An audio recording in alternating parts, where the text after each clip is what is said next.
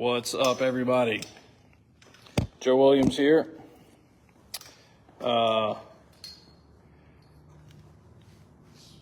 We are here at the Belton train depot in Belton, South Carolina, and we are getting set up for our investigation tonight.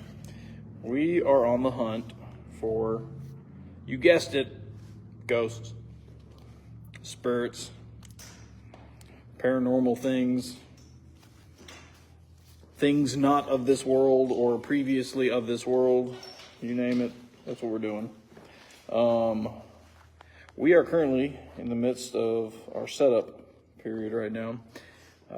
Getting all the cameras and everything set up. I'm getting myself mic'd up, getting all this wiring and everything fed properly. So, anyways, yeah. Got me a microphone. It's right here. You can kind of see it. Look, it's an official little fuzzy mic. All right. So, anyways, yeah, we're getting ourselves set up. Belton Train Depot is a mixed-use facility. Apparently, they're getting set up for tomorrow morning. How appropriate! A church service. So they're already set up for morning services, and here we are the night before, hunting spirits. Anyways, let me turn the camera around here. I'm gonna show you guys a little of what we're setting up on. Here we go. Here's some of our stuff. Cool little infrared cameras or night vision cameras with infrared emitters attached to each one of them. Battery packs to power each one, more battery packs for more stuff, audio gear, microphones, audio recorders, lavalier mics, you name it. Our fancy ghost hunting box extraordinaire. This has got all the cool ghost hunting stuff. I'm going to let Rob talk more about that here in a little bit as we come in and start discussing some of the equipment. This is a box of foam and wires. Every good investigation requires foam and wires. Moving right along, bags. We got to have bags on an investigation. Over here, this is not our gear. This is gear for the church tomorrow. I will be leaving that alone. Anyways, all right, so we are at the Belton Train Depot. What's the story with the Belton Train Depot? I don't know if everybody or anybody has really heard of this place, unless you've been to Belton, or if you even know about Belton. Belton is a small little town in South Carolina, probably about 45 minutes outside of Greenville. And way back in the early 1900s, it was a railway kind of crossing point. And so this train depot became a very pivotal part of that rail system.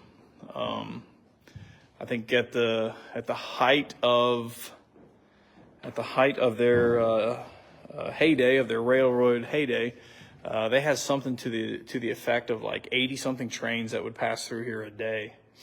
And it was a mixed use of passenger trains and freight trains and all that good stuff.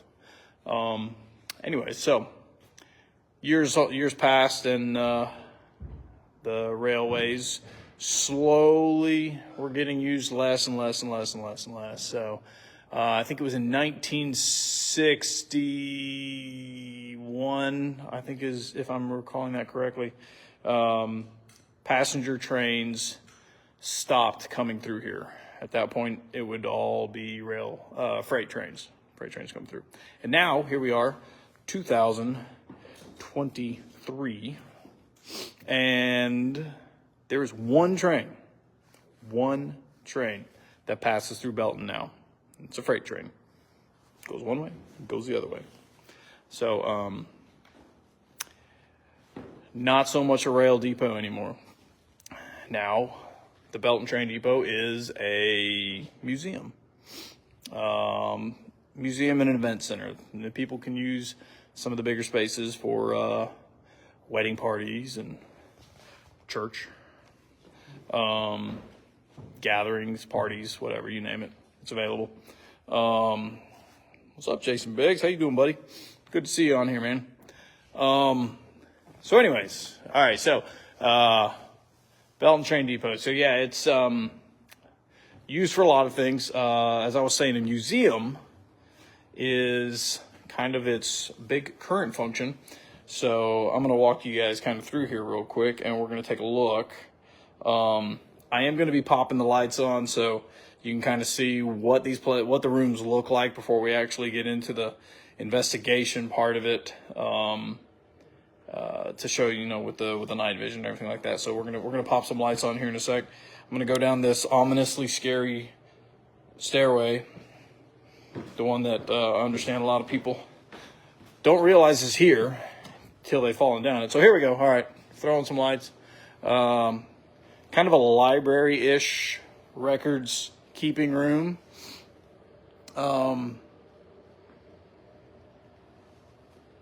Stacks of papers, old stuff. I mean, look at this stuff. This stuff is old. Very old. More stuff over here. Lots of books and whatnot. If anybody sees any of these books just randomly come flying out, be sure to point them out to me. I'll need to have a look at that. More stuff. Say hi to Jackie for me. Now I'm coming through another room. This is another museum room. Trying to remember where all the light switches are. Oh, here we go. Lots of cool little pieces, old cast iron things. Corn grater donated by Ruth Cox Drake. Thank you, Ruth Cox Drake, for the corn grater. Cool things. I mean, look at this stuff. I mean, old lanterns, sausage grinder, cherry seeder, a pea sheller. This thing is gigantic for shelling peas.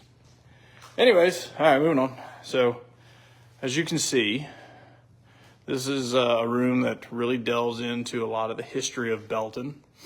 A bathroom.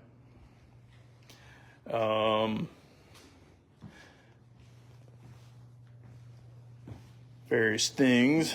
Belton High jacket, or Belton Honeypath jacket. Oh, there's a dude right there. Now, if he starts moving, definitely let me know.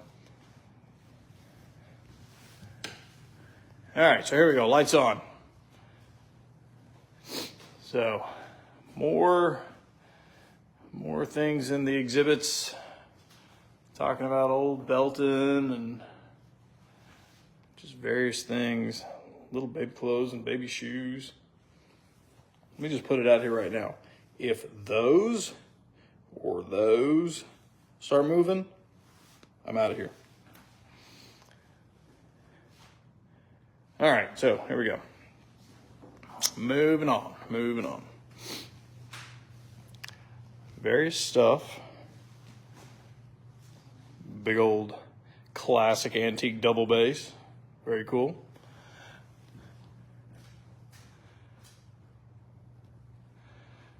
One of the cool things that they introduced us to here, I can find this switch, here it is. Belton recently opened up a tennis museum. I'm guessing a lot of tennis folk have kind of come through Belton here. So they decided to put the South Carolina Tennis Hall of Fame in the Belton Depot. Pretty neat stuff. So we will see. All right. Oh, look, we got some friends in here. We got Thomas, we got Mark, we got Sean. What's up, guys? Thank you for coming in and joining our view here. We are looking around some more. This is more of the tennis museum. I'm just walking through here, hitting lights so that you guys can kind of see what we're seeing here, the rooms that we're going to be investigating. So again, if you're just now joining us, we are in the Belton train depot in Belton, South Carolina, getting ready to perform our investigation. So, all right, now that I've kind of walked through the rooms, I'm going to start cutting lights back off, and I'm going to swing the camera back on myself so I can talk here for a moment. What is significant about the Belton train depot? And why would any paranormal investigators, ghost hunters, ghost adventurers want to come to the Belton train depot?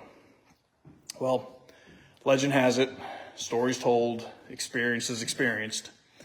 They say that there's 8 spirits, 8 unique spirits that reside within this depot. They range from a young child girl, who people have claimed to have actually seen, like full body apparition. They have heard the kid playing. They've heard the giggling and the laughter. They're one of the more famous ghosts that they've said they've seen is a porter, an African American porter who apparently still wears his porter hat, his nice porter suit. But what's characteristic of this porter is his whistling. You can hear him whistling in the building. And so people immediately, they hear whistling in here. We will not be whistling tonight. So if we hear whistling, it's got to be them, because we're not about that game. He also has bells on the cart that he uses, his luggage cart, for pushing, the luggage to the trains and whatnot. So those bells are said to ring within the depot. So we'll see if we hear any bells tonight. Also, there is a spirit that they say resides here within the place named Hal. Apparently Hal is an older spirit, is very, very much against technology, does not like, modern technology. So people say that a lot of the electronics within the building tend to go on the fritz, tend to not work great. Things get weird when Hal is around. So I don't know. Maybe we'll see if any of our equipment goes on the fritz tonight. If we get weird, cutoffs or malfunctions. Who knows? We'll see.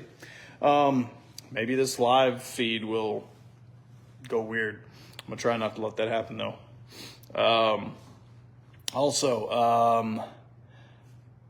The bodies of deceased Civil War soldiers were brought through this depot back during the Civil War time.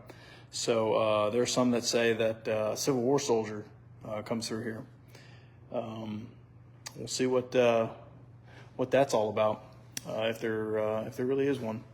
And then to some of the other ones, I don't know. I mean, for them to say that there are 8 here, that must mean that there's 8 unique personalities. But you really only hear about 3 or 4 of them when people are talking about them. So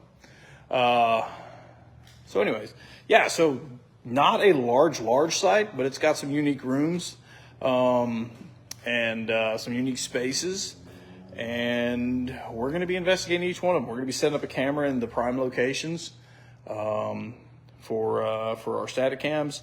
Rob and I will be walking around with the night vision cameras, handheld. We're going to be mic'd up the whole time, hopefully catching some EVPs throughout the night. And then obviously all the actual ghost hunting gear, the spirit box, the EMF detectors, the mellometers, all that good stuff. We'll be using all that. So what we're going to try and do tonight, which we didn't do on some of the last investigations, was go live again during the investigation part to see if we're able to share a little bit about actually the investigation with you guys. So if you're going to be on Facebook later on, we won't do it like super late.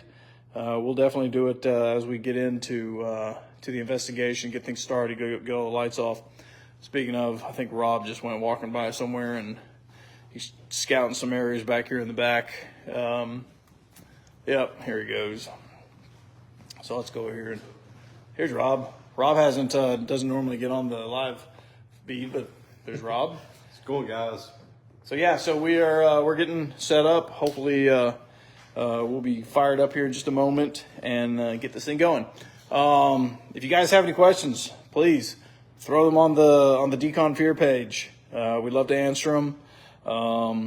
Looking forward to sharing all this with you guys. Can't think of really anything else right now. We're gonna go ahead and get this thing going, and we'll see you guys in a little bit. Oh yeah, check this out. Just showed this. Just passed this. Didn't even realize it was sitting here on the ground. Big old bag of cotton, raw cotton. How about that? There's a lot of history in cotton in South Carolina.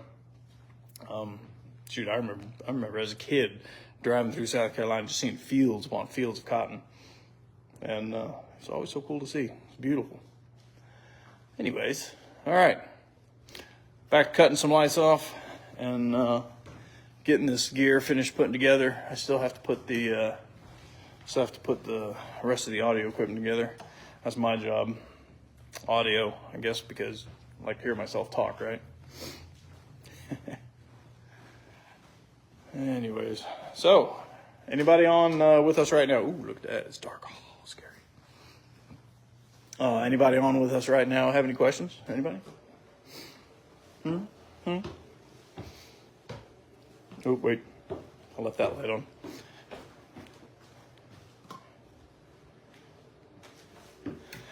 All right. So anyways. Yeah, so, all right, back in the room. So what's crazy, this is one thing that we noticed too. This particular room, the room where all the I guess tomorrow's church service is going on in the morning. This room is exceptionally cold compared to the rest of the building. I mean, easily 7-8 degree temperature difference between this room and the other rooms. And I mean, it could just be that this is a really big space and just the heat doesn't hang out in here very well, or it could be that this room is just full of ghosts. I don't know. Thomas, what time tonight are you live? I tell you what, we are getting real close to getting this thing set up. We're going to get the cameras all placed out here in just a few minutes. So I think, let's see, it's 9:37 now. Give us some time to get the rest of the cameras set up. We'll make a commitment to you guys to try and go live at 10 o'clock. That gives us about 23 minutes to get these cameras put together and set up. And we will go live at 10 o'clock. So you can experience a little bit of the investigation with us. Other than that, we're ready to go. So we're going to go ahead and get the cameras put up. We will be back. Come on back in about 23 minutes. We'll see you guys shortly. Joe, Deconstructing Fear, out. What's up, everybody? Huh? I just said, what's everybody? Because I just went live again from earlier. It's dark. Let me see if I can put some light on in here. I don't need any special effects. Oh, you know what we need to do?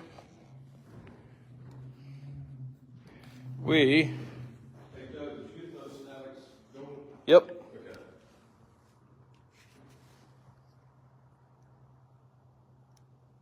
Hey, you need a flashlight that is going over here for you. No, I got one. Okay. All right. My audio is recording.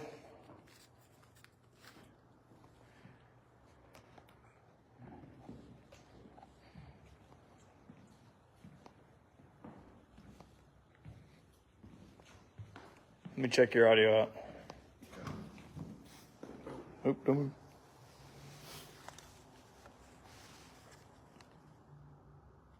All right, you are recording? Check.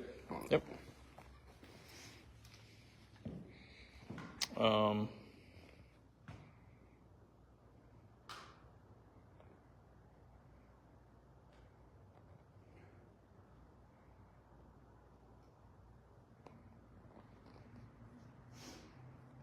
Okay.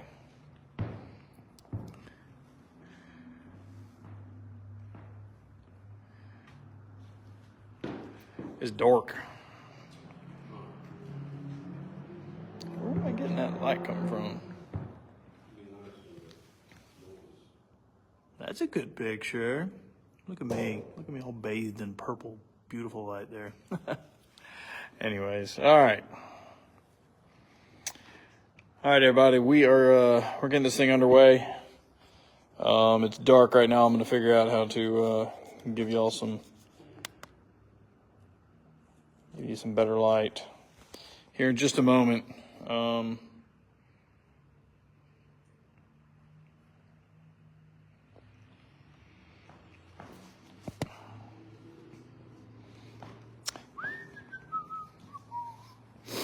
set you down right here for a second. Look at that.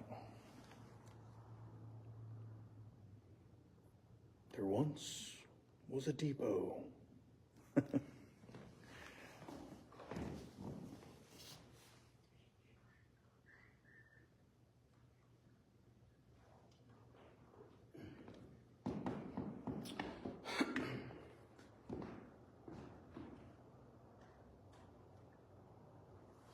All right, we're going to the flashlight for a second.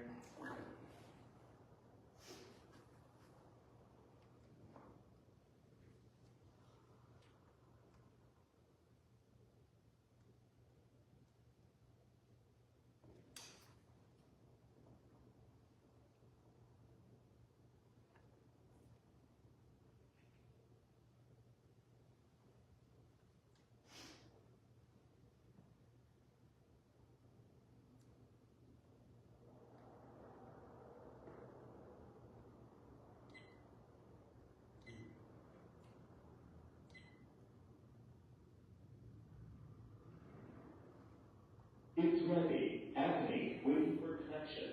Waiting for pairing.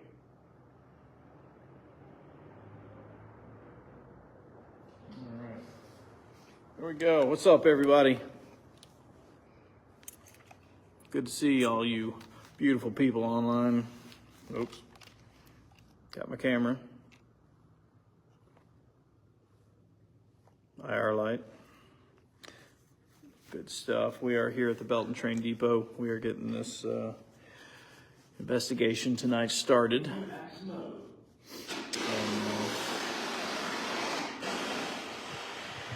that's kind of cool. Look at that.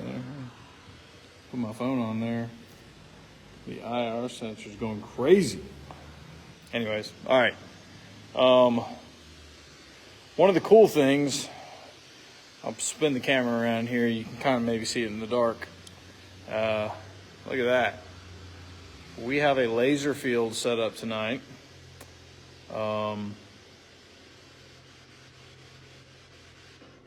Rob came up with the idea of setting a laser field up for the investigation to see if anything actually breaks the field. If it passes through or moves within the laser should be able to bounce right off of it, and the camera should be able to pick that up. So we're going to see if that actually happens. All right, so here's an example of some of the static this is just an IR light set up so we can throw extra light in here. While you can't quite see it right now, if you look on my screen, you can see what the IR light is actually doing for this place. And there is our view, or at least my view of what I see. Otherwise, this is what I see. It's dark. It is very dark. So I'm going to come back here and I'm kind of keep it on the screen here, see if we can't see what's going on. I'm going to go find a spot back here in the corner.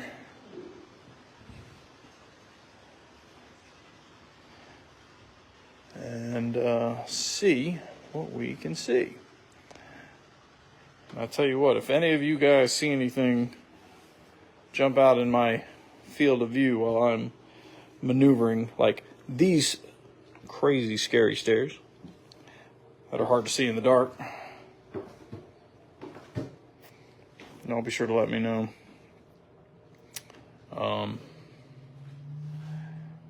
One of the tough parts about this one is there is some light that is pouring through these curtains, and all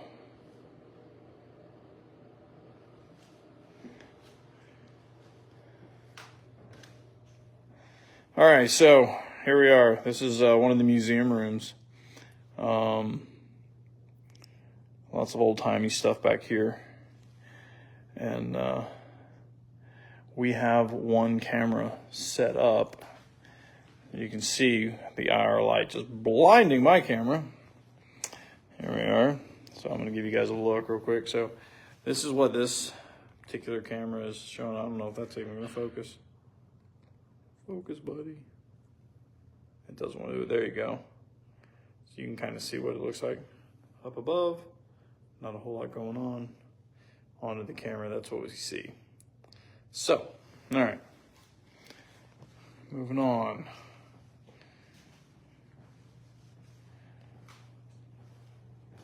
So I am currently, I do not have my my earbuds in to listen to what the EVP recorder is picking up. So I don't know what if we're hearing anything at all. Anyways, yeah. Belton Train Depot.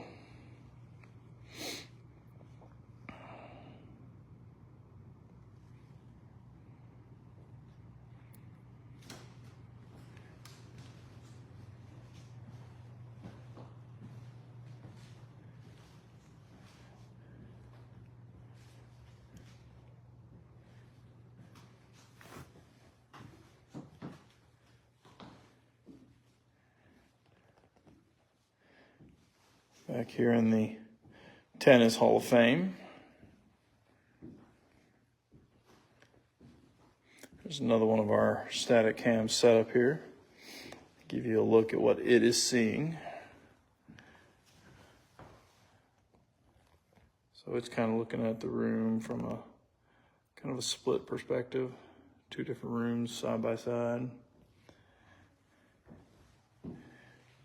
Again, back to my view.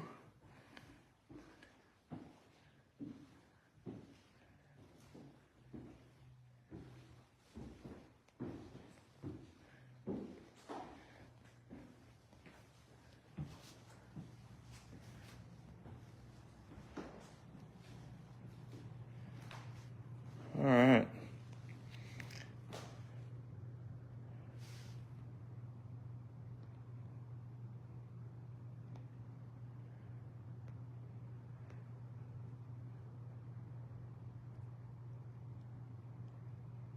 Let me tell you, this would be a really, really good spot for something that would just like straight up jump out at me right now.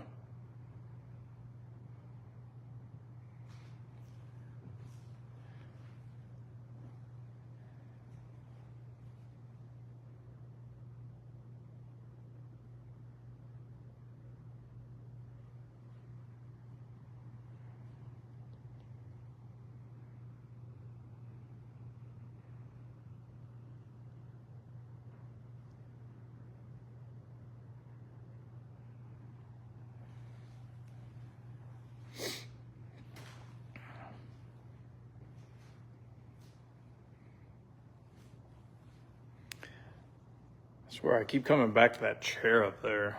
I don't know if you can see that chair with a hat on it.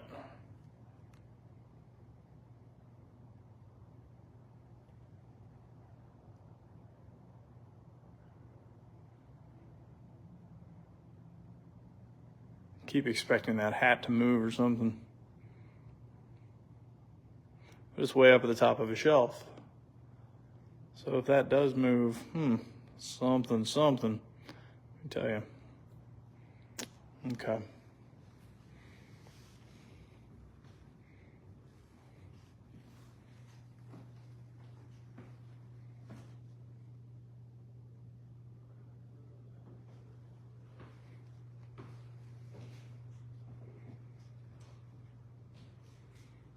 All right. I'm going to walk you guys back here in just a second. We're going to go back here to where Rob is.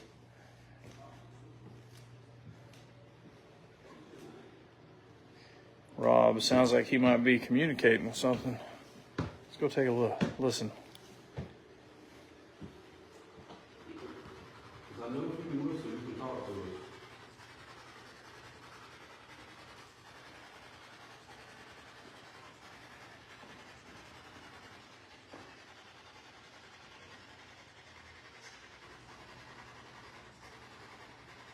There's a little girl in here.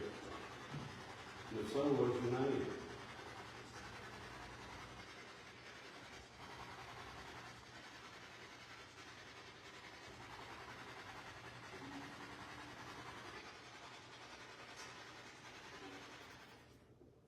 I kid you not, man. I thought I heard a whistle. You didn't whistle or anything. I did not whistle. Okay, if you can whistle, you can speak to us, I know. You can speak into any of these devices around here. We'll hear you.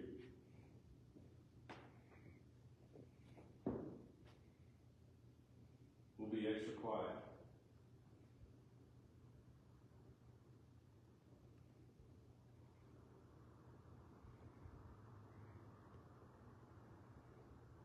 So there's someone here by the name of Hal that apparently does not like electronics.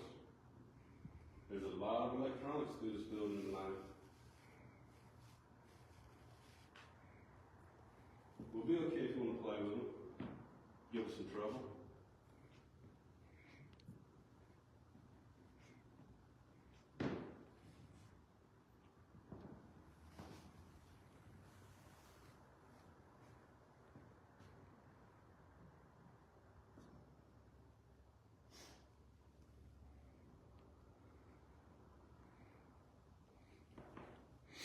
Are there any soldiers walking through here?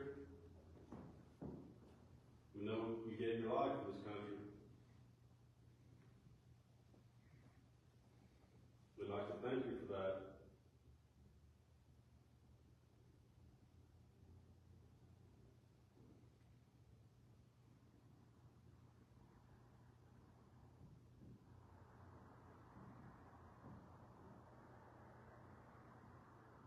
Some of this equipment you guys may have never seen before. So we'll give you some time to figure it out.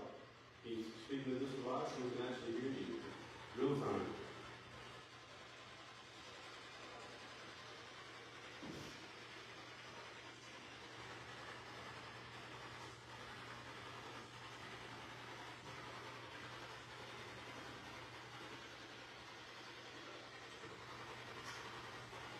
Alan, you in here?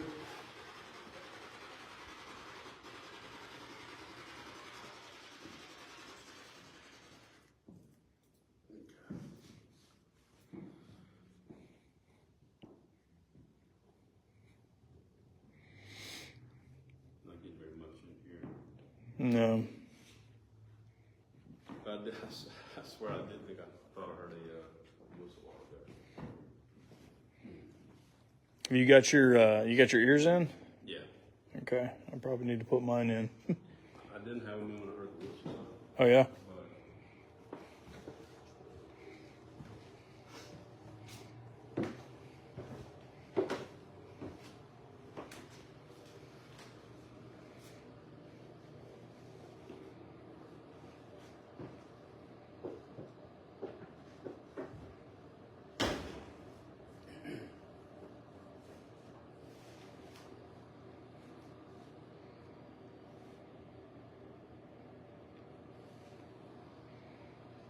All right.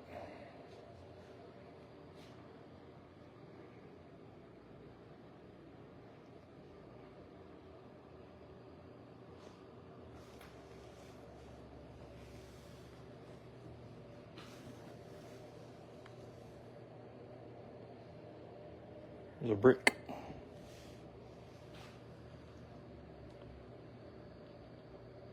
Pretty cool.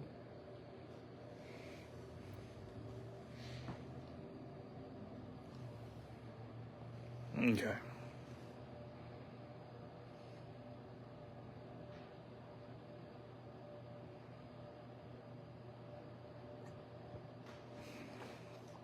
So, I will tell you that these investigations are a lot of walking around locations, listening, looking for movement.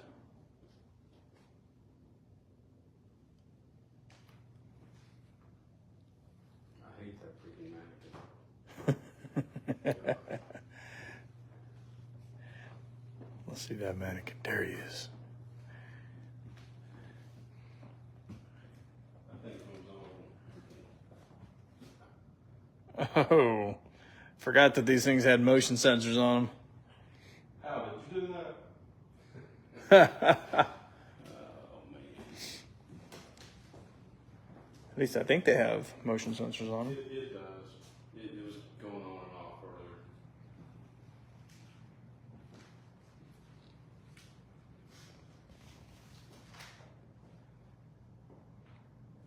That is not creepy at all.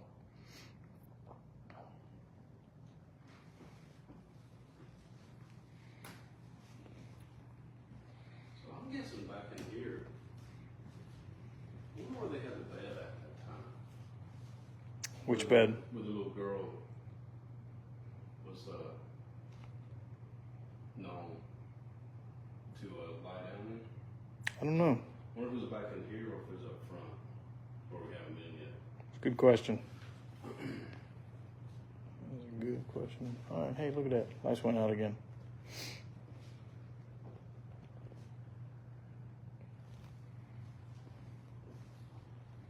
Is there a little girl back here? We'd love to talk to you if you are back here.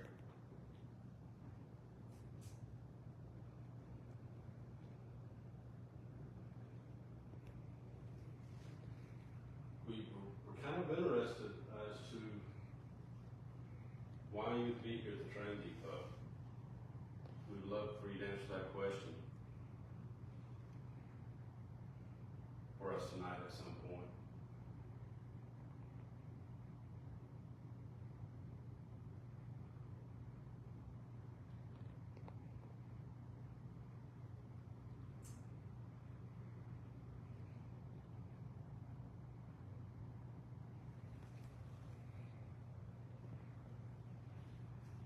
There's a porter around. I sure didn't need my luggage moved.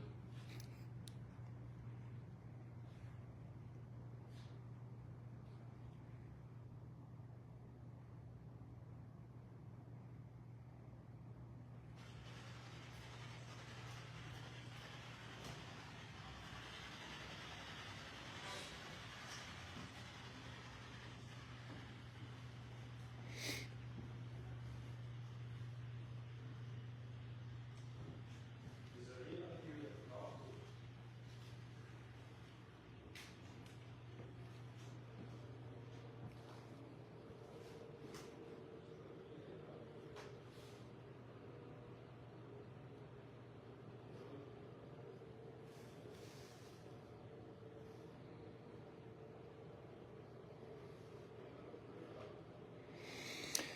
us? All right, folks. So Rob is back in the back room.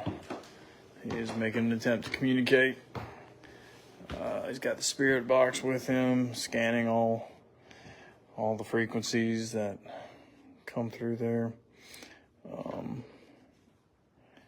Seeing if they speak across any of the radio frequencies that spirit box uses.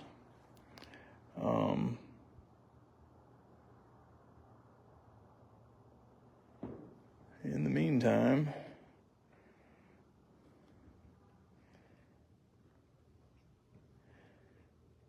I am just walking through, getting a look at what we've got back here.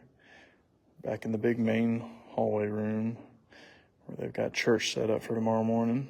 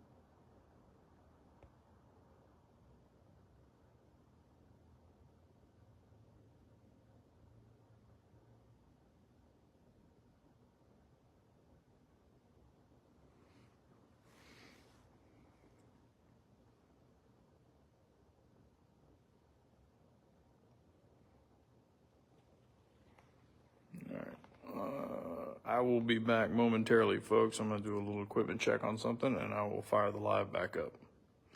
Peace out. Be back shortly. All right. Let's see here. See if I can get on video. There we are. All right. So,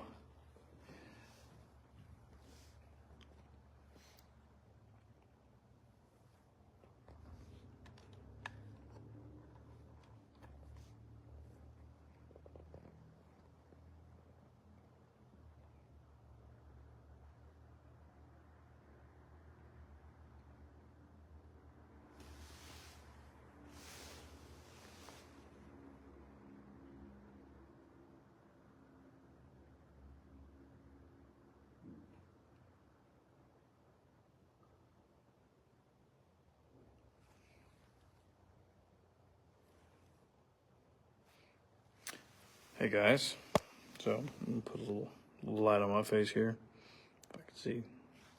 Actually, let's see if this works. There we go. There's a little bit of light. So, little update into what we've been doing here this evening. We've been walking around the depot earlier, trying to see if we could get any kind of readings whatsoever. Right now, though, we actually stopped into, again, the big event space where the church is supposed to happen tomorrow morning. And we actually had some rather interesting occurrences happen. So one of the spirits that is supposed to inhabit the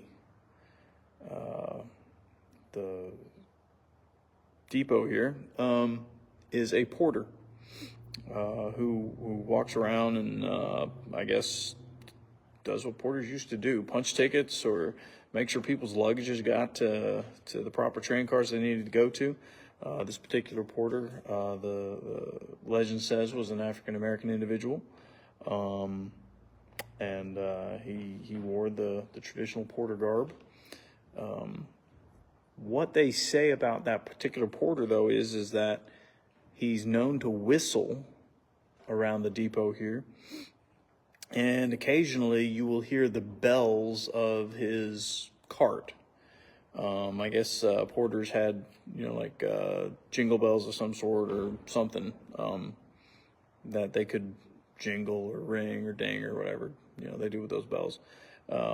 So the weird occurrence is that in the course of the last, hour or so since we started the investigation, we both believe that we've heard a whistle. Rob's pretty sure that he heard one. I thought I heard one. I'm not 100% sure on that one. However, at one point we came back into the room here and we sat down because the millimeter that detects electromagnetic fields was given a small spike reading for me in a particular location. So I decided to sit down in that spot where that reading was. Right now, I don't know if you can see it. See if I can show this. I'll just pop the camera around so we can show you. Here we go. So right now, there we go.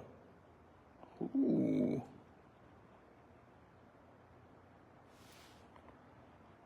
All right, now the question is that reacting to the phone?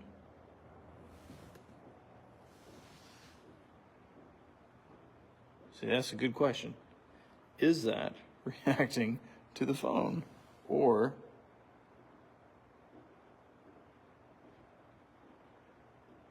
all right, we're gonna have to do some tests with that one in a moment. Anyways, yeah, we're gonna have to see if running this live feed is causing that to spike. So, anyways, but without running the phone earlier, I was getting higher spikes. Typically throughout the night, I have been getting 0.2, 0.3, 0.4.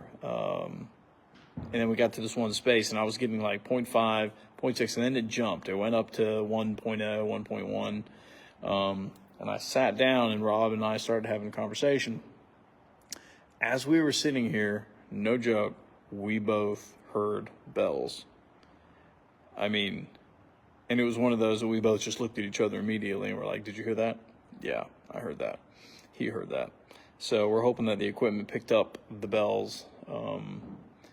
And that's going to be interesting to hear if it actually did happen. The other crazy thing is that while we were sitting here and we were discussing this space, trying to see if we would hear any more bells or whistles or anything with the porter around, we were getting kind of weird, like what felt like small breezes of cool air or puffs of cool air hitting us.